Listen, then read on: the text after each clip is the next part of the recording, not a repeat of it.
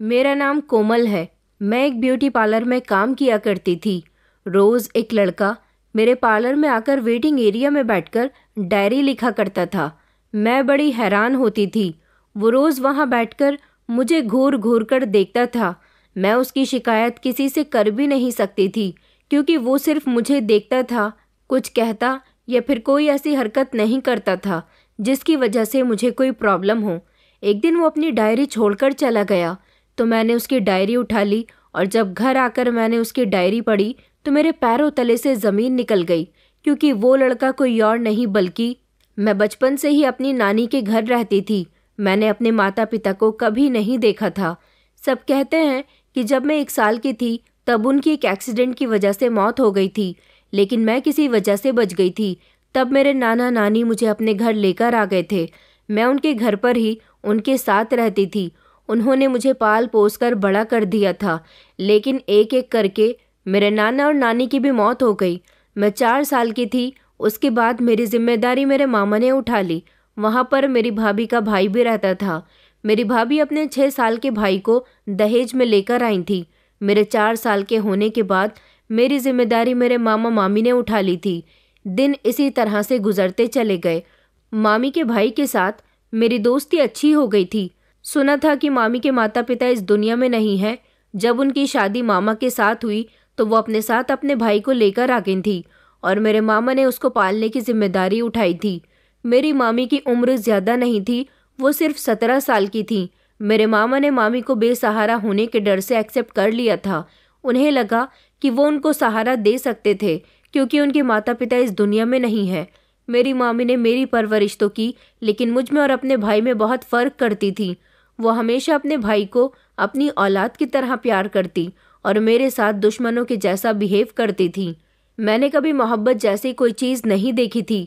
बस पेट भरने के लिए खाना और सोने के लिए बिस्तर मिल जाया करता था। यही मेरे लिए बहुत था।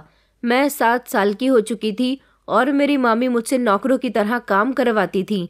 खेल कूद की उम्र में ही मैंने घर का कामकाज करना शुरू कर दिया था।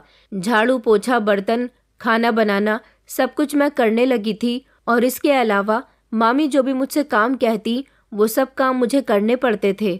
मामी का भाई मेरा बहुत अच्छा दोस्त बन गया था। उसे मेरी बहुत फिक्र रहती थी। जब मुझे मामी बासी खाना देती तो वो मुझे अपने हिस्से का ताज़ी खाना लाकर दिया करता था और हम दोनों आधा आधा बांटकर खाते थे। वो काफ़ी सारे कामों में मेरा हाथ भी बटा दिया करता था, लेकिन जब मामी उसे मेरे साथ काम करता हुआ देखती तो वो उस पर बहुत चिल्लाती थी और साथ साथ मुझे भी डांट लगाती थी। मामी के भाई का नाम आदित्य था। एक दिन सफाई करते हुए मेरे हाथ से ग्लास छूटकर गिर गया। मैं ग्लास के टूटे हुए कांच के टुकड़ों को उठा रही थी, तभी एक टुकड़ा मेरी उंगली पर लग गया और मेरी उंगली से खूब खून बहने लगा। उस दिन घर पर आदित्य भी मौजूद नहीं था। वो अपने ट्यूशन पर गया हुआ था। मैं अपना हाथ लेकर मामा के पास चली गई और कहने लगी थी कि मामा जी, मेरे लिए एक बैंडेज ला दीजिए, मेरे हाथ से खून निकल रहा है। पर इस पर मामी ने मामा से ये कहने के बजाय कि वो मुझे बैंडेज लगा दे, वो उल्टा ही मुझे ग्लास टूटने पर डांटने लगी। मामा जी तो बस मामी के सामने खामोश ही रहते थे। मामी मेरा हाथ पकड़कर मुझे किचन में ले गई और वहाँ जाकर उन्होंने मुझे बहुत मारा। उनका कहना था कि मैं बस हमेशा उनके सामान का नुकसान ही करती रहती हूँ। इस मार की वजह से मैं इतना डर गई थी कि जब तक मामी मुझे किसी काम के लिए कमरे से बाहर न बुलाती तब तक मैं बाहर नहीं आती थी। मैं डरी सहमी सी रहने लगी थी। आदित्य ने जब मेरा हाथ देखा तो वो मुझसे पूछने लगा कि तुम्हारे हाथ में ये चोट कैसे लग गई। मैंने उसको बताया कि बस ग्लास टूट गया था, उसका कांच उठा रही थी, तब ये चोट लग गई। लेकिन उसने मेरे चेहरे पर थप्पड़ के निशान भी देखे तो वो समझ गया था। आदित्य कहने लगा कि तुम परेशान मत हो, मैं हमेशा तुम्हारा साथ दूंगा कोमल। आदित्य का स्कूल 5th क्लास तक का था। सुना था कि आगे उसके स्कूल की ब्रांच 6 क्लास से दूसरे शहर में है। वो दूसरे शहर में शिफ्ट होने वाला था और वहीं पर उसके रहने का भी इंतज़ाम कर दिया गया था। उसकी बहन उसको पढ़ा लिखाकर किसी काबिल बनाना चाहती थी, जबकि कभी मामा मामी ने मेरी पढ़ाई लिखाई पर ध्यान तक नहीं दिया था। इसलिए वो दूसरे शहर जा रहा था। वो सिर्फ छुट्टियों में ही हमारे घर आता। इस घर में आदित्य के अलावा मेरा कोई अपना नहीं था। आदित्य के जाने पर मैं बहुत रोई थी। मुझे ऐसा लग रहा था जैसे मेरा कोई बहुत करीबी इंसान मुझे छोड़कर जा रहा है।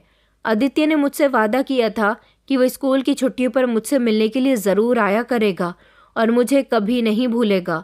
मैंने कुछ लोगों से सुना है कि बचपन बहुत सुहाना होता है, पर मेरे बचपन की यादें इतनी भयानक है कि अगर आज भी मुझे वो बातें याद आ जाती हैं तो मैं नींद से भी चौंक कर उठ जाती हूँ। अब इस घर में मैं अकेली रह गई थी। मामी की तो अपनी कोई औलाद नहीं थी, मेरा कोई दोस्त नहीं था। आदित्य मेरा दोस्त बना था, अब वो भी मुझसे दूर जा चुका था। आदित्य मुझसे बहुत खुश रहता था, पर मामी अपनी मौजूदगी में मुझे उससे बात तक नहीं करने दिया करती थी। आदित्य तो जा चुका था, पर मेरी जिंदगी वहीं की वहीं रह गई थी। जिंदगी इसी तरह से गुजरती जा रही थी। जैसे जैसे मैं बड़ी होती चली जा रही थी, मुझ पर काम का दबाव बढ़ता चला जा रहा था। जब मैं 11 साल की हुई तो घर के सारे काम, सारी जिम्मेदारी मुझ पर आ चुकी थी। अब तक मामा भी इस बात को अच्छी तरह से मान चुके थे कि मैं इस घर की नौकरानी बन गई थी। अब मैं बड़ी हो रही थी, जवान हो रही थी। मुझ में भी बार बार अपनी इंसल्ट करवाने की हिम्मत खत्म होती चली जा रही थी। आदित्य तो जब से स्कूल गया था वापस ही नहीं आया था। मामी का कहना था कि हम लोग खुद जाकर उसके स्कूल में आते हैं तो वो यहाँ आकर क्या करेगा। आखिरकार वो मामी का भाई था, उसके बिहेवियर में भी चेंज आ गए थे। स्कूल जाने के बाद वो मुझे भूल गया था और फिर वो आया भी नहीं। उसने मुझसे वादा किया था कि वो हर बार छुट्टियों पर आया करेगा, पर हर छुट्टियों पर मामा मामी जाकर उससे खुद ही मिलकर आया करते थे और मैं उसकी याद में हर छुट्टियों पर उसका इंतज़ार करती थी। इतने साल गुजर गए थे पर वो नहीं आया था। मुझे मामी का खुद पर हुक्म चलाना अच्छा नहीं लगता था और इस घर में नौकरानी की तरह हमेशा काम करना मुझे बिल्कुल भी पसंद नहीं था। आखिर मैं भी तो मामा की बहन की बेटी थी। वो चाहते तो मामी से मेरी इज्जत करवा सकते थे, पर उन्हें भी अपनी पत्नी के लिए एक नौकरानी मिल गई थी। 14 साल की उम्र तक मैं इन लोगों के लिए एक नौकरानी ही बनकर रह गई थी और यहाँ से निकलना चाहती थी। और फिर एक दिन मैंने ठान लिया था कि मैं इस घर में नहीं रहूँगी। आखिरकार मैं भी कामयाब होना चाहती थी। मैं इस घर से निकलकर कुछ बनना चाहती थी। अभी मेरी पूरी जिंदगी पड़ी थी। मैं नौकरानी बनकर अपनी ज़िंदगी को इसी तरह से वेस्ट नहीं करना चाहती थी। एक दिन मैंने प्लान बनाया कि मैं यहाँ से निकल जाऊँगी और मेरा प्लान कामयाब हो गया था, क्योंकि मुझे अपना प्लान कामयाब करने के लिए मौका जो मिल गया था। मामा मामी किसी फंक्शन में जा रहे थे और घर की सारी जिम्मेदारी मुझ पर छोड़ कर गए थे। वो वैसे भी जहाँ जाते थे मुझे घर पर अकेला ही छोड़ कर जाते थे, घर का ध्यान रखने के लिए।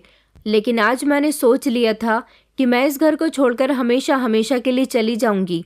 मामा मामी तो किसी की शादी में चले गए थे और कह गए थे कि घर का दरवाज़ा अंदर से बंद कर लेना, ध्यान रखना घर में कोई घुस न जाए।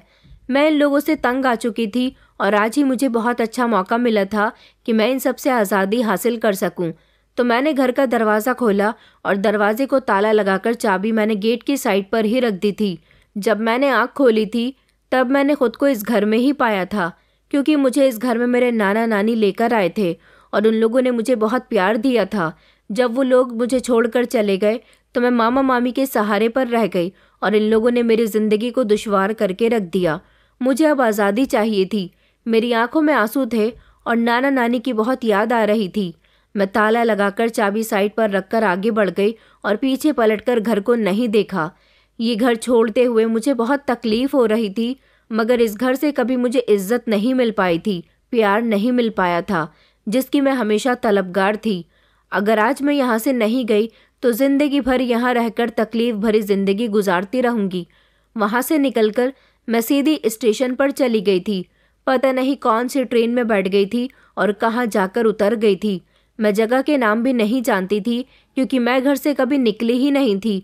बस कभी कभी अपने मोहल्ले की दुकान से ही मामी के कहने पर कुछ खाने पीने का सामान लेने के लिए चली जाती थी। बस मैंने इतनी ही बाहर की दुनिया देखी हुई थी। मेरे पास कुछ पैसे थे जो कभी कभी मामा मुझे मामी से छुपकर दे दिया करते थे, पर कभी मैंने इन पैसों को खर्च नहीं किया था, इसलिए वो पैसे मेरे ही पास रखे थे। इन पैसों से मैंने ट्रेन का एक टिकट खरीद लिया था और इस शहर से भी दूर निकल आई थी। नया शहर बहुत बड़ा था, पर ना तो मुझे इस शहर का नाम पता था और ना ही कोई ठिकाना था। मैं सुबह सवेरे ही इस शहर में उतरी थी। इस शहर में उतरकर बस मैं चलती हुई चली जा रही थी। मुझे बहुत भूख लग रही थी। रात को मुझे एक अनाथ आश्रम दिखाई दिया और मैं उस अनाथ आश्रम के अंदर चली गई। अनाथ आश्रम के अंदर जाने के बाद वहाँ मैंने देखा कि बहुत सारे बच्चे मौजूद थे। मैं अंदर गई तो वहाँ के बच्चे मेरे इर्द गिर्द जमा हो गए और कहने लगे कि तुम कौन हो, कहाँ से आई हो। इतने सारे बच्चों को देखकर मैं घबरा गई थी और मैंने उनको अपने बारे में सब कुछ बता दिया कि मेरे साथ अब तक क्या होता आया है और मैं यहाँ पर किस तरह से पहुँच गई। वैसे भी ये सरकारी अनाथ आश्रम था, यहाँ पर बच्चों की अच्छी तरह से देखभाल की जाती थी। वहाँ की वार्डन ने मेरा नाम ऐड कर दिया था। मैंने उनको बता दिया था कि मैं भी अनाथ हूँ और इस आश्रम की मुझे ज़रूरत है। मैं उन लोगों के साथ रहने लगी। मेरा भी नाम वहाँ पर ऐड हो गया था। कुछ साल मैंने वहीं पर गुजार दिए। मैं वहाँ पर कुकिंग किया करती थी। वहाँ की वार्डन को मेरे हाथ की कुकिंग बहुत पसंद आई थी, इसलिए उन्होंने मुझे वहाँ पर बच्चों के लिए खाना बनाने पर रख लिया था। धीरे धीरे इसी तरह से काफ़ी साल गुजरते चले गए और मैं अनाथ आश्रम में ही खाना बनाया करती थी। वहाँ पर मुझे कुछ पैसे तो नहीं मिलते थे, लेकिन वहाँ के बच्चों का प्यार, सुकून भरी जिंदगी और पेट भरकर खाना ज़रूर मिलता था। मैं 18 साल की हो गई थी। मैं देखने में अब एक सेहतमंद और जवान लड़की बन गई थी, जबकि मामा जी के घर पर मुझे बचा हुआ खाना दिया जाता था। यहाँ आश्रम पर खाने के साथ साथ मुझे खाना बनाने की सैलरी भी दी जाती थी।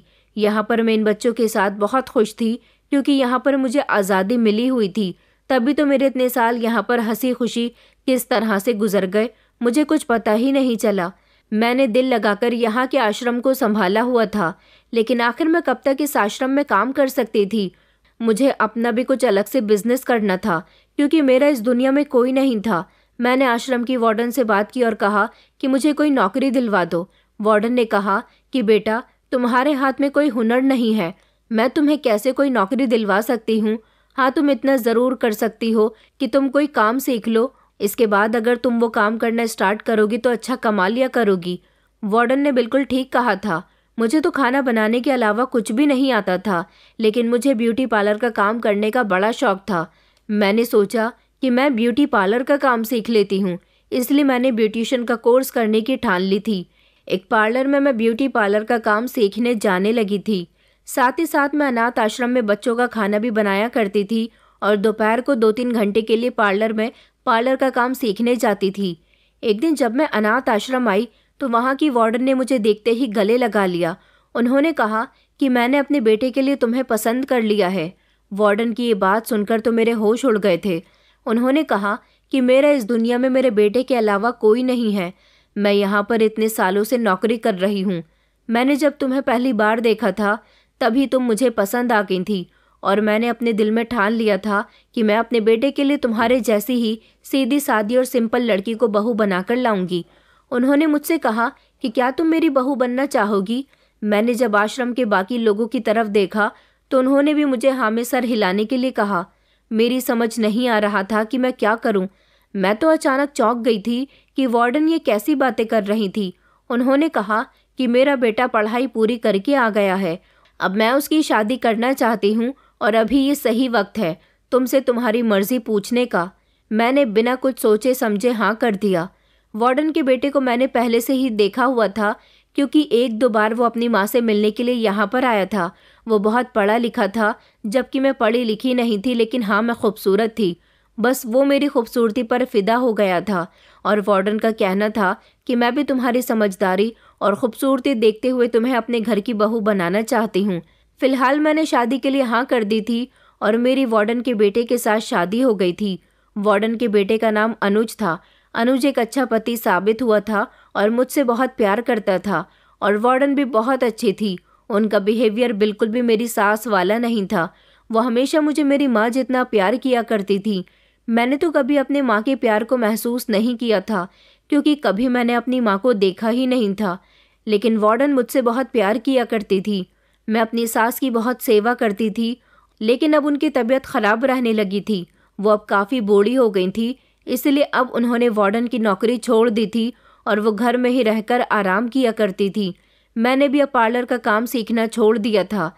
मेरा 3 महीने का कोर्स पूरा तो नहीं हो पाया था, पर पूरे 2 महीने में मैंने काफ़ी कुछ सीख लिया था। मेरे पति इस घर के अकेले ही वारिस थे, क्योंकि उनका कोई भाई नहीं था।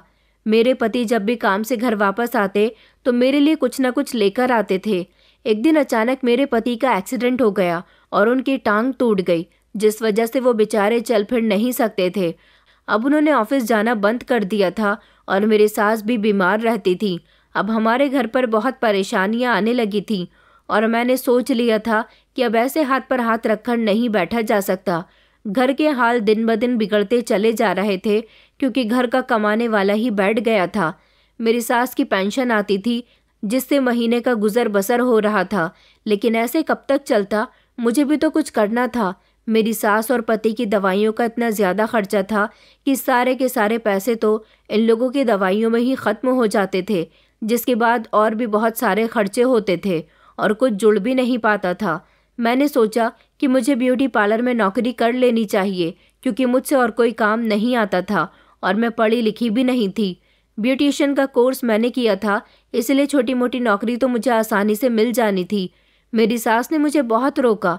वो कहने लगी कि इस घर में हमारा ख्याल रखने के लिए तुम्हारे अलावा कोई नहीं है। मैंने कहा, मैं आप लोगों के लिए ही तो ये नौकरी करना चाहती हूँ। मैं दिन में 11 बजे से लेकर शाम के 6 बजे तक नौकरी किया करूँगी और बाकी सारे टाइम आप लोगों की सेवा किया करूँगी। फिर भी मेरा दिल चाहता था कि मैं अपने परिवार के लिए सब कुछ करूँ और अपनी ससुराल के बिगड़े हुए हालात को पहले की तरह संभाल दूँ। मैंने ब्यूटिशियन को थोड़ा बहुत काम सीखा हुआ था। जब मैं पार्लर में नौकरी की तलाश में गई तो उन्होंने मेरा काम देखते हुए मुझे नौकरी पर रख लिया था, जिसमें मुझे अच्छी सैलरी मिल जाया करती थी। मैंने वो नौकरी करनी शुरू कर दी। मेरी शादी को अभी 2 महीने हुए थे, लेकिन एक दिन अचानक मेरी तबीयत बिगड़ने लगी तो पता चला कि मैं प्रेग्नेंट हूँ। मेरे पति और मेरी सास ये बात सुनकर बहुत खुश हुए थे और उन लोगों ने मुझे नौकरी करने से अब भी रोका था, पर इस तरह से कैसे चल सकता था? अब तो मेरा बच्चा भी इस दुनिया में आने वाला था और फिर इस टाइम में तो डिलीवरी भी बहुत महंगी बैठ रही है और उसके बाद बच्चे के बहुत सारे खर्चे। यही सब देखते हुए मेरे पति ने मुझे ज़्यादा रोकने की जिद नहीं की, लेकिन फिर भी उन्होंने कहा कि तुम्हें अपना ख़ास ख्याल रखना होगा। मैंने उनको भरोसा दिलाया कि मैं अपना बहुत ख्याल रखूंगी और साथ साथ अपने बच्चे का भी। अपने बच्चे के आने की खुशी मुझे ऐसे लग रही थी जैसे मुझे दुनिया की सारी खुशियाँ मिल गई हैं। जो कभी मेरा सपना था कि मेरा भी कोई इस दुनिया में अपना हो, भगवान ने एक एक करके मेरे सारे दुखों के बदले मुझे सुख दे दिए थे। ये सच है कि औलाद की खुशी इतनी बड़ी लगती है कि जो जिसके सामने दुनिया के सारे गम फीके लगने लगते हैं। और मैंने भी अब पिछली ज़िंदगी के दुख भुला दिए थे और मैं अपनी पुरानी ज़िंदगी को बिल्कुल भूल चुकी थी। उस घर से भाग निकलना मेरे लिए कितना अच्छा साबित हुआ था। मैं प्रेग्नेंट थी, पार्लर में काम के साथ साथ मैं घर के भी सारे काम किया करती थी। मेरी इतनी मेहनत और लगाव देखकर मेरे पति और सास बहुत खुश होते थे। ये ज़िंदगी का ऐसा वक्त था जिसमें मुझे काम करके भी खुशी मिल रही थी। एक दिन मैं पार्लर से वापस आई तो ये देखकर मेरे पैरों तले से ज़मीन निकल गई कि मेरी सास की मौत हो गई थी। मेरे पति अपनी माँ को लिपटकर बहुत रो रहे थे। मेरी सास इस दुनिया से जा चुकी थी। अपनी सास की मौत पर मुझे भी बहुत दुख हो रहा था। अपनी सास के मरने के 4-5 दिन के बाद मैंने फिर से नौकरी करना शुरू कर दिया था। अब मेरे पति घर में अकेले रह गए थे और पहले से भी ज़्यादा बीमार रहने लगे थे। लेकिन अभी मेरे ऊपर एक और क़यामत टूटने वाली थी। मेरी प्रेगनेंसी को अभी 7 महीने हुए थे। मेरे पति भी इस दुनिया को छोड़कर चले गए। मैंने अपने पति के इलाज में कोई कमी नहीं छोड़ी थी। मैं हर तरह से उनका ख्याल रखती और साथ साथ पैसा भी कमा रही थी कि ताकि उनके इलाज में कोई कमी ना आ सके। ये वक्त मेरी ज़िंदगी का सबसे मुश्किल वक्त था। मेरी सास और मेरे पति मेरी ज़िंदगी में एक ऐसे इंसान थे जिन्होंने मुझे भरपूर मोहब्बत दी थी और वही फिर से मुझसे दूर हो गए थे। अब मैं अपने परिवार में अकेली रह गई थी और अपनी डिलीवरी होने का इंतज़ार कर रही थी। 6 महीने जैसे तैसे पूरे हो गए तो मैंने एक बेटी को जन्म दिया। 1-2 महीने मैंने उसकी परवरिश की, लेकिन घर में बहुत ज़्यादा परेशानी आ गई थी। मैं नहीं चाहती थी कि मेरी तरह मेरी बेटी भी बेइज्जती भरी ज़िंदगी गुजारे। मैंने जैसे ज़िंदगी गुजारी थी मैं अपनी बेटी की ज़िंदगी को वैसा नहीं करना चाहती थी। और अब तो मेरा गुजारा बिना काम के हो भी नहीं सकता था क्योंकि मैं अकेली रह गई थी। अगर मेरे पति जिंदा होते तो अपनी बेटी के लिए कमाते, पर मेरी बेटी की परवरिश करने वाला भी इस दुनिया में मेरे अलावा और कोई नहीं था, इसलिए मुझे ही मेहनत करनी थी। मैं अपनी 2 महीने की बेटी को लेकर पार्लर जाने लगी। अगर ये नौकरी मेरे हाथ से चली गई तो फिर मुझे और कहीं काम नहीं मिल सकता क्योंकि मैं पार्लर में ही काम कर सकती थी। मैं अपनी बेटी को लेकर 1-2 दिन में ही पार्लर पर काम पर लग गई तो मुझे बहुत परेशानी हुई। पार्लर की मालकिन ने कहा कि तुम्हारी बेटी के होने की वजह से काम में अड़चन पैदा हो रही है, इसलिए तुम अपनी बेटी को यहाँ लेकर नहीं आओगी। मेरा इस दुनिया में कोई नहीं था जिसके हवाले मैं अपनी बेटी को कर देती। फिर मैंने सोचा कि क्यों ना मैं अपनी बेटी को अनाथ आश्रम में वार्डन के हाथ सौंप आया करूं, वो उसका ख्याल रख लिया करेगी। नई वार्डन भी बहुत अच्छी थी और आश्रम के सारे लोग मुझे पहले से ही जानते थे, इसलिए उन्होंने मेरी बेटी को संभालने की जिम्मेदारी ले ली।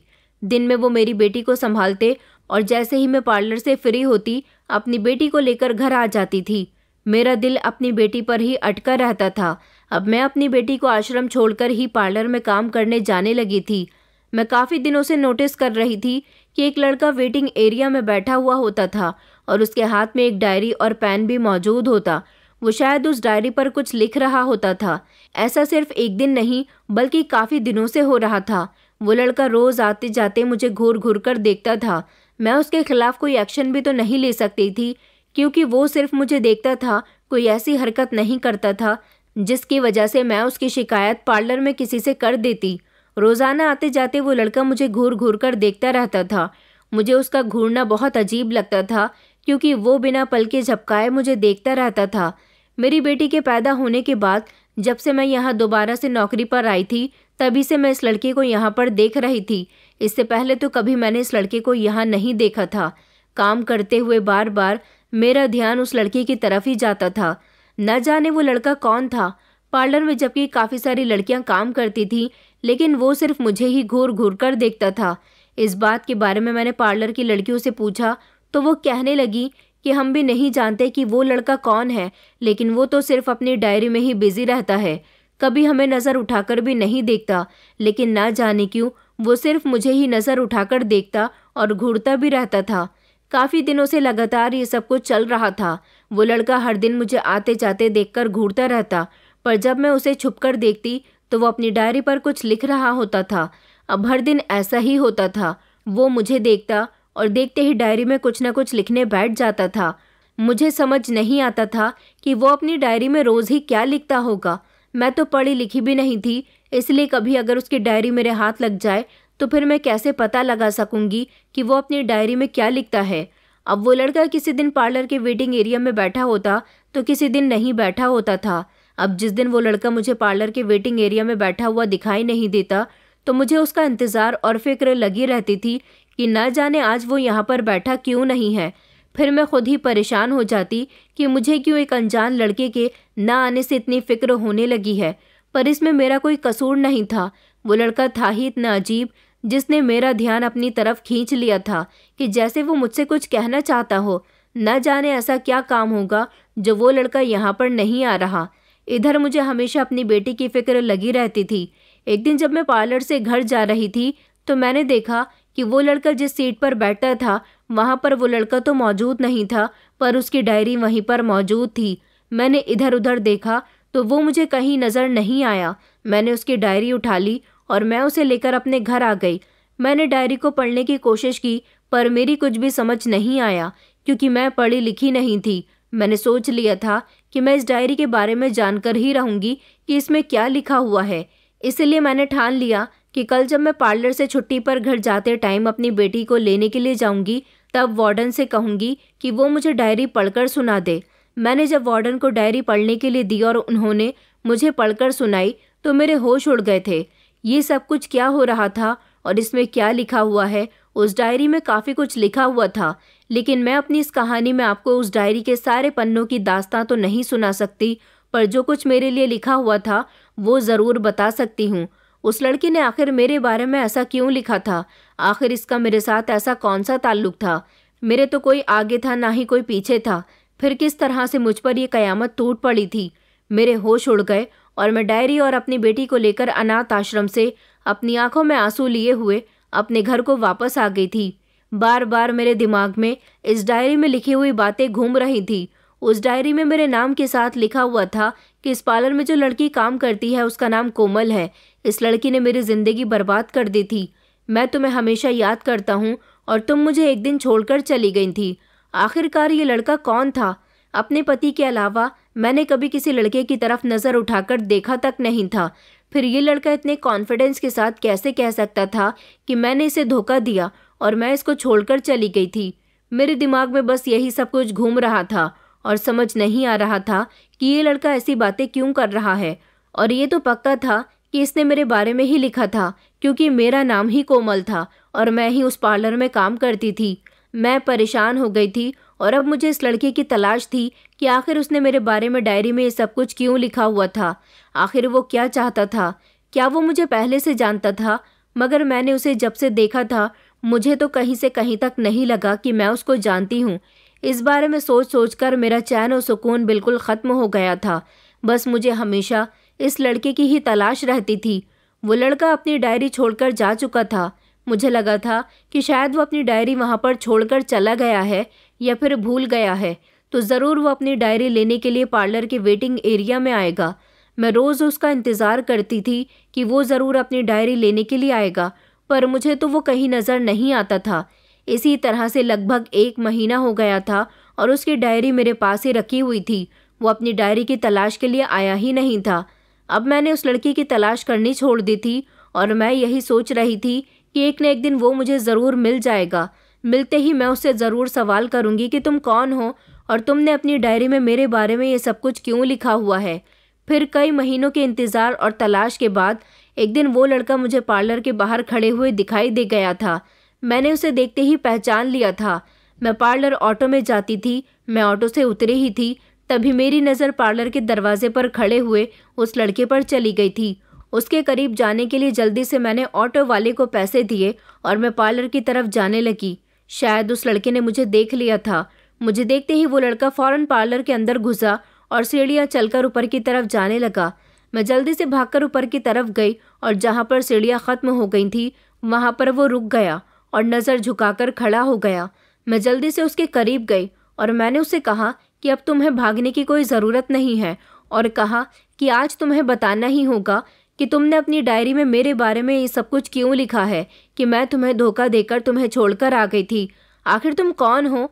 मैं तुम्हारे बारे में जानना चाहती हूँ, और तुम क्यों मुझे घूर घूर कर यहाँ बैठकर देखा करते थे। उसने मुझे देखकर कहा कि मैं तो तुम्हें यहाँ पहली नज़र देखते ही पहचान गया था, पर क्या तुम मुझे नहीं पहचान सकी कि मैं कौन हूँ? मैं कन्फ्यूज़न में आ गई थी और सोचने लगी कि मैं तो ऐसी शक्ल वाले किसी इंसान को नहीं जानती। उसने मुझे शुरू से लेकर अब तक की पूरी कहानी बताई, जिसे सुनकर मेरे पैरों तले से ज़मीन निकल गई थी। वो लड़का कोई और नहीं बल्कि आदित्य था। आदित्य, जो मेरा बचपन का दोस्त था और मेरी मामी का भाई था। उसे देखते ही मेरी आंखों में एक चमक सी आ गई थी, लेकिन कहीं ना कहीं मैं उससे नाराज़ थी, क्योंकि वो जब मुझे छोड़कर जा रहा था तो उसने वादा किया था कि वो मुझसे मिलने के लिए ज़रूर आएगा, पर जब वो गया तो फिर कभी वापस लौटकर नहीं आया। मैंने उसको जब ये बात बताई तो उसकी भी आंखों में आंसू आ गए थे। उसने कहा कि मैं तुमसे मिलने के लिए आने वाला था। मेरी दीदी को ये बात अच्छी तरह से पता थी कि मैं तुमसे बहुत हमदर्दी रखता हूँ। जब मेरी छुट्टियों के दिन आते और मेरे घर आने का टाइम होने वाला होता तो मेरी दीदी और जीजा जी खुद ही मुझसे मिलने के लिए हॉस्टल आ जाते थे। उन लोगों ने मुझे मौका ही नहीं दिया मिलने का और ना ही कभी घर आने का। लेकिन एक दिन मुझे पता चला कि तुम घर से भाग गई हो। मैं ये सुनकर बेचैन हो गया था कि ज़रूर मेरी दीदी ने तुम्हारा जीना दुश्वार कर दिया होगा और इन्हीं परेशानियों से तंग आकर तुम उनके घर से भाग गई हो। दीदी और जीजा जी ने तुम्हें ढूंढने की कोई कोशिश नहीं की, जबकि जीजा जी का कहना था कि वो पुलिस में जाकर रिपोर्ट करवा देते हैं। लेकिन दीदी ने कहा कि कोई ज़रूरत नहीं है, चली गई है तो जाने दो। उन्हें तुम्हारे जाने से कोई फ़र्क नहीं पड़ा था। मुझे भी यही लगा कि अच्छा हुआ तुमने उस घर को छोड़ने का फ़ैसला कर दिया। वैसे भी वहाँ तुम्हारा था ही कौन, और तुम्हारे साथ वहाँ पर जुल्म ही तो होते आए थे, और आगे आने वाली ज़िंदगी में भी तुम्हारे साथ यही सब कुछ होना था। लेकिन मुझे हमेशा तुम्हारी फ़िक्र लगी रहती थी। न जाने तुम कहाँ पर होगी, कैसी होगी। मेरे दिल में हमेशा तुमसे मिलने की तमन्ना जागती रहती थी, पर मेरी दीदी ने कभी मुझे तुमसे मिलने ही नहीं दिया। उनका इरादा कोई मुझे अच्छी शिक्षा देने का नहीं था, बल्कि उनका इरादा मुझे तुमसे दूर करने का था, जिसमें वो कामयाब हो गई थी। आदित्य ने बताया कि 2 साल पहले दीदी और जीजा जी के घर में भयानक आग लग गई, जिसमें दीदी और जीजा जी दोनों ही जलकर राख हो गए। उन दोनों का इलाज काफ़ी दिनों तक चलता रहा, पर वो दोनों नहीं बच सके। उनको उनके किए की सज़ा मिल गई, क्योंकि उनका ख्याल रखने वाला कोई नहीं था। उनकी तबीयत पूछने वाला भी कोई नहीं था। उन दोनों की मौत हो चुकी है।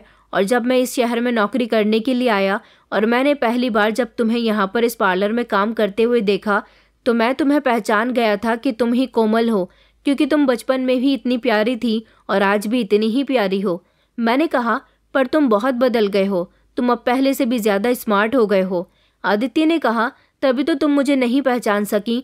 उसने मुझे बताया कि मैं हर दिन तुमसे बात करने की कोशिश करता था, पर मुझे कोई मौका ही नहीं मिलता था। मुझे लगा कि कहीं अगर तुम मुझे नहीं पहचान सकी और तुमने मुझसे बात करने के लिए इनकार कर दिया तो यहाँ के लोग मुझ पर शक समझेंगे। कहीं ये न सोचे कि मैं लड़की को छेड़ रहा हूँ। मुझे तुम्हारे पार्लर के अंदर आने और जाने का टाइम पता था, इसलिए मैं यहाँ बैठकर डायरी लिखा करता था। एक दिन मैं गलती से डायरी भूल गया और मुझे पता था कि ज़रूर वो डायरी तुम्हारे ही हाथ लगेगी, क्योंकि उसमें मैंने तुम्हारा नाम मेंशन किया हुआ था और फिर उसके बाद तुम भी मुझे तलाश करने की कोशिश करोगी। उसने मुझसे पूछा कि अब तुम अपने बारे में बताओ, तुमने यहाँ आने के बाद क्या क्या किया। मैंने अपनी इतने सालों की पूरी ज़िंदगी के बारे में आदित्य को बता दिया कि मैं किस तरह से यहाँ आई और किस तरह से मैं इतने साल अनाथ आश्रम में रही। उसके बाद मेरी शादी हो गई और मेरी सास और पति की किस तरह से मौत हो गई और अब मेरी एक बेटी भी है। आदित्य ने कहा कि मेरे इस दुनिया में कोई नहीं है, एक दीदी और जीजा जी ही थे, वो भी इस दुनिया से जा चुके हैं। लेकिन मैं बचपन से तुम्हें पसंद करता हूँ, मैं तुमसे शादी करना चाहता हूँ। तुम्हारा भी इस दुनिया में कोई नहीं है। मैं तुम्हारी बेटी को अपना नाम देना चाहता हूँ और तुम्हें काम भी नहीं करना पड़ेगा। मैं हमेशा तुम्हारा ख्याल रखूँगा और अब कभी तुम्हें छोड़कर नहीं जाऊँगा। आदित्य की बात सुनकर मैं हैरान रह गई थी। उसने कहा कि मैं तुमसे इतने दिनों से बातचीत करने से डरता रहा, पर मैंने सोच लिया था कि जैसे ही तुम मुझे पहचान जाओगी मैं फ़ौरन ही तुमसे अपनी पसंद का इजहार कर दूंगा और बता दूंगा कि मैं तुमसे कितना प्यार करता हूँ। तब मुझे पता भी नहीं था कि तुम पहले से ही शादीशुदा हो। आज भी मुझे तुम्हारा इंतज़ार है, मैंने तुम्हारा बहुत इंतज़ार किया। अब जब तुम मुझे मिल गई हो तो प्लीज़ मुझसे शादी कर लो। मैं तुम्हारी बेटी को अपनी बेटी समझकर उसकी परवरिश करूँगा, कभी तुम्हारी बेटी में कोई फ़र्क नहीं करूँगा, क्योंकि मैं नहीं चाहता कि जिस तरह से अनाथों वाली ज़िंदगी हम दोनों ने गुजारी है उसी तरह की ज़िंदगी तुम्हारी औलाद या फिर मेरी औलाद भी गुजारे। जो कुछ तुम्हारे साथ हुआ शायद ये सब कुछ तुम्हारे भाग्य में लिखा हुआ था, लेकिन अब उस सब को बदला भी तो जा सकता था। ज़िंदगी और मौत किसी के बस में नहीं है, और अगर आज भी तुम्हें मेरी बातें झूठी लगती हैं तो तुम जैसा चाहे वैसा कर सकती हो। मैं तुमसे कभी जिद नहीं करूँगा। मैं सच्चे दिल से तुम्हारी बेटी को पिता का प्यार देना चाहता हूँ, उसकी खातिर तुम मुझसे शादी कर लो। मुझे आदित्य की ये सारी बातें बड़ी अजीब लग रही थी। क्या ऐसा भी हो सकता है? मैंने तो कभी ऐसा सोचा भी नहीं था, लेकिन अपनी बेटी के बारे में सोचते हुए मैंने यही फैसला किया कि मुझे आदित्य से शादी कर लेनी चाहिए, क्योंकि ज़िंदगी मुझे एक बार फिर से दोबारा ज़िंदगी को जीने का मौका दे रही थी और मैंने ये मौका अपने हाथ से नहीं जाने दिया, सिर्फ अपनी बेटी की खातिर। क्योंकि जिस तरह से मैंने अनाथों वाली ज़िंदगी गुजारी है, मैं अपनी बेटी को वही ज़िंदगी नहीं देना चाहती। यही सब सोचते हुए मैंने आदित्य के साथ शादी कर ली। आदित्य ने जैसा कहा था वैसा करके दिखाया था। उसने मेरी बेटी में कभी फ़र्क नहीं समझा, हमेशा मेरी बेटी को अपनी बेटी समझकर उसकी परवरिश की। आज मेरी बेटी 7 साल की हो गई। मैं आज भी अपनी बेटी और आदित्य के साथ बहुत खुश हूँ, लेकिन अफसोस की बात यह है कि आदित्य और मेरी कोई औलाद नहीं हो सकी। आदित्य ने हर काम में मेरा साथ दिया। उन्होंने मेरी पार्लर वाली नौकरी भी छुड़वा दी और ख़ुद ने एक अच्छी नौकरी की। मुझे और मेरी बेटी को एक अच्छी ज़िंदगी देने के लिए आज मैं अपने पति और बेटी के साथ बहुत खुश रहती हूँ, और कभी मुझे अपना बीता हुआ कल याद आता है तो मेरी आंखों से आंसू निकल आते हैं। भगवान ऐसा किसी के बच्चे के साथ ना करे जैसा हमारे साथ हुआ था। किसी का बच्चा अनाथ ना हो, क्योंकि जो परवरिश अपनी औलाद की अपने माता पिता कर लेते हैं वो कोई दूसरा नहीं करता। दोस्तों, उम्मीद करती हूँ आपको हमारी कहानी पसंद आई होगी। कहानी पसंद आई है तो वीडियो को लाइक करें, चैनल पर नए हैं तो चैनल को सब्सक्राइब करें, और हाँ, नोटिफिकेशन बेल को ज़रूर दबाएं ताकि अगली अपडेट सबसे पहले आपको मिले।